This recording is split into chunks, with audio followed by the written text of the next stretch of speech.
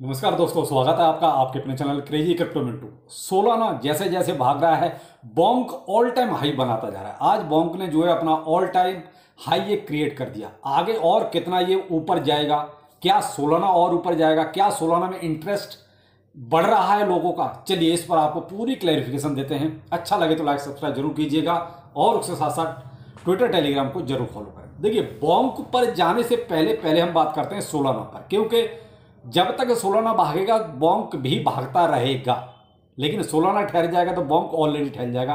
क्यों ये रिलेशनशिप आपको जोड़ के चल रहा हूं मैं, वो भी आपको क्लियर करूंगा। तो पहले हम लेते हैं सोलाना, जो अभी अप्रोक्स $230 के आसपास चल रहा है। सोलाना ने एक बहुत अच्छा आज जो है उछाल मारा और ये $220 से $230 के आसपास लगे। अभी थोड़ा सा नीचे आया, वैसे तो ये आपका 240 को भी टच कर गया था, लेकिन वहां से अभी थोड़ा सा नीचे है।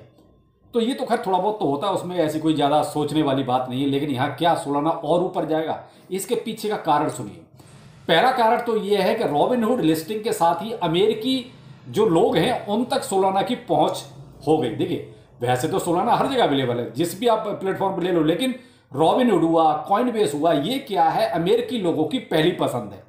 बाइनेंस के साथ आपने जो भी हुआ देखा, सीजेड के साथ और बाइनेंस के साथ, तो थोड़ा सा लोग वहां से किनारा करके रॉबिनहुड और कॉइनबेस को वहां ज्यादा प्रेफर करते हैं।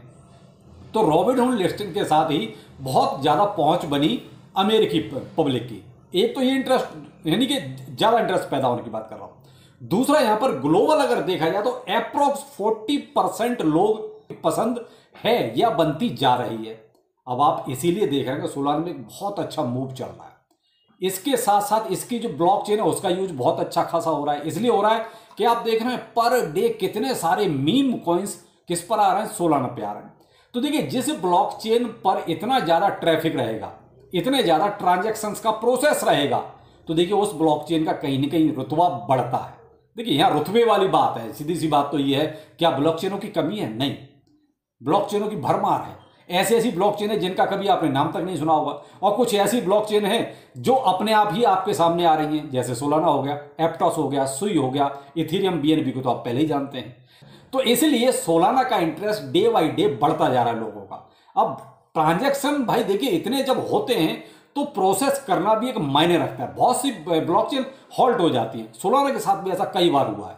ऐसा नहीं कि सोलाना कई बार हॉल्ट नहीं हुआ है, मुझे लगता है कि शायद अप्रोक्स 12 या 13 बार सोलाना की ब्लॉकचेन हॉल्ट हो चुकी है ओवर ट्रैफिक की वजह से। लेकिन हमेशा इन्होंने अपनी चीजों को क्या कहते हैं क्लैरिफाई किया है ना, हमेशा उसको जो है सॉर्ट आउट किया है, तो वो वाली प्रॉब्लम नहीं रहती। तो क्या है, विश्वास अच्छा खासा। अब मैंने आपके पीछे जो इसके पॉजिटिव चीज थे वो आपको बता दी। अब आते हैं जो हमारा मेन मुद्दा है, यानी कि बोंक। कि बोंक में क्या क्या, आगे बोंक तो भाई देखिए सोलाना के पीछे ही चल रहा है। यहां चलिए वो रिलेशन भी आपको क्लियर कर देता हूं। बोंक कब आया था? बोंक तब आया जब सोलाना आपका $8-9 के आसपास चल रहा था, जब इसमें एक बहुत ही मेजर क्रैश आया था एफटीएक्स के साथ साथ। वहां पर बोंक इसलिए लाया गया कि भाई किसी तरीके से सोलाना को बचाया जाए। वैसे सोलाना देखिए पैनिक था, वो एक ओवर सेलिंग थी, लेकिन फिर भी बोंक के जरिए एक तरह से मीम कॉइन लाया गया कि भाई ये फ्री ऑफ कॉस्ट दिया गया सोलाना होल्डर्स को, इसलिए कि सोलाना को लोग सेल ना करें।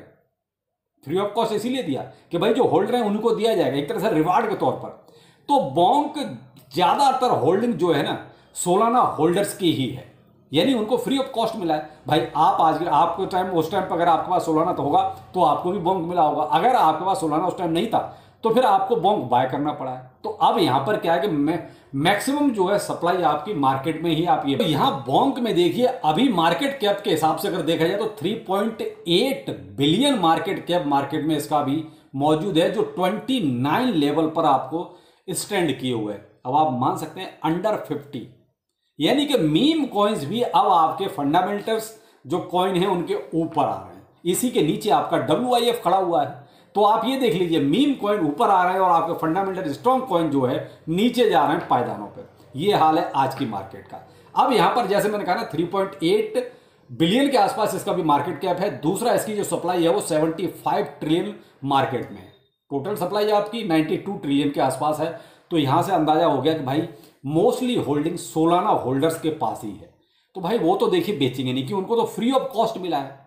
जो यहाँ जो आपका अप एंड डाउन हो रहा है वो शॉर्ट टर्म जो ट्रेडर हैं वही लोग इसको अप एंड डाउन कर रहे हैं। क्यों? उन लोगों को तो पता है कि सोलाना जाएगा तो ये तो 100% ऊपर जाएगा ही जाएगा। यहाँ बोंक में अभी आपका ऑल टाइम हाई बन चुका है, यानी कि 4x054 के आसपास इसका ऑल टाइम हाई क्रिएट हो चुका है। अब यहाँ अगर देखते हैं तो आपका जो सबसे ज्यादा सवाल रहता है वो ये रहता है कि इसके और ऊपर कितना जाएगा।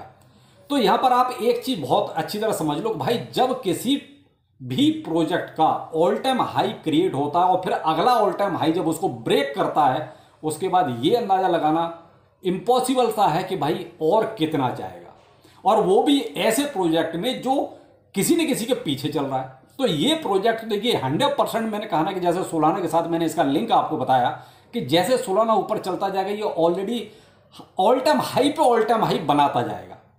थोड़ा बहुत देखिए अप एंड डाउन हो सकता है, वो एक अलग सीन है, लेकिन इसमें क्या है कि ऑल टाइम हाई पे ऑल टाइम हाई बनेगा। अब जैसे थोड़ा सा हम अगर चार्ट देते देखिए ऑल टाइम हाई क्रिएट हो चुका है जो मैंने आपकी ऊपर लाइन मार्क की है, और ये देख रहे हैं आप यानी हायर हाई बनता जा रहा है। तो जो मैंने कहा ना कि 12 तारीख के बाद, आप 12 तारीख के बाद देख सकते हैं, इवन आप 10 तारीख से ही देख लिए, 10 तारीख तो थोड़ा सा साइड में था, लेकिन 12 तारीख से अगर आप देखेंगे तो एक नया हायर हाई बनता जा रहा है। तो वही मैंने इसका जवाब इसीलिए आपको कहा कि भाई देखिए जब किसी का ऑल टाइम हाई क्रिएट हो जाता है तो फिर यह बता पाना संभव नहीं कि और कितना जाएगा, क्योंकि ऑलरेडी एक हफ्ते में बोंक 100% से भी ज्यादा बढ़ चुका है।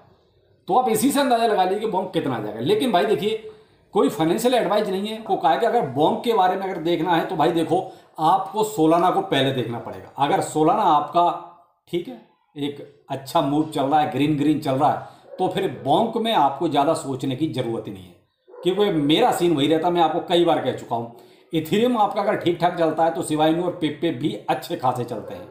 वो अलग बात है कि कई बार थोड़ा सा साइड में हो जाता है, लेकिन मोस्टली यही देखा गया है कि इसी इथेरियम चला तो शिबा इनू और पेप्पे अपने आप चलते हैं।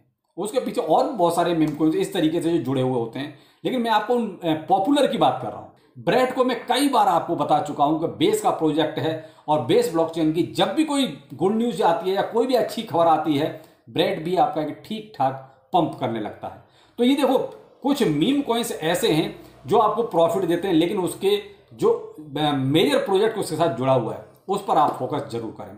तो ये है कि जिसके पास अभी है बोंक, थोड़ा होल्ड कीजिए। अगर आप भाई थोड़ा रिस्क ले सकते हैं तो प्रॉफिट यहां पर बनता है, आप ले सकते हैं, क्योंकि मैं ले चुका हूं। देखिए प्रॉफिट लेने के बाद रिग्रेट नहीं किया जाता, ये ध्यान रखिएगा। ये नहीं कि यहां से ऊपर चला गया, अरे हमने तो प्रॉफिट ले लिया, नहीं भाई, ये चीजें नहीं होती हैं। प्रॉफिट मतलब प्रॉफिट होता है जो हमारी जेब में आ गया, दैट्स इट। तो भाई आपकी मर्जी है, आपके पास है तो आपको क्या करना है आपको सोच सकते हैं। तो मैं अपना जो है 5-1 पे ले चुका हूं, आगे देखता हूं, अगर ऊपर जाएगा तो कोई बात नहीं, मेरे पास और पड़ा हुआ है, नीचे जाएगा तो बाय करूंगा। ये सीन है मेरा तो बोंक का। आप अपने अकॉर्डिंग जैसा आपको ठीक लगता है अपनी स्ट्रेटेजी को बनाएं। तो चलिए फिर मिलते हैं, नमस्कार।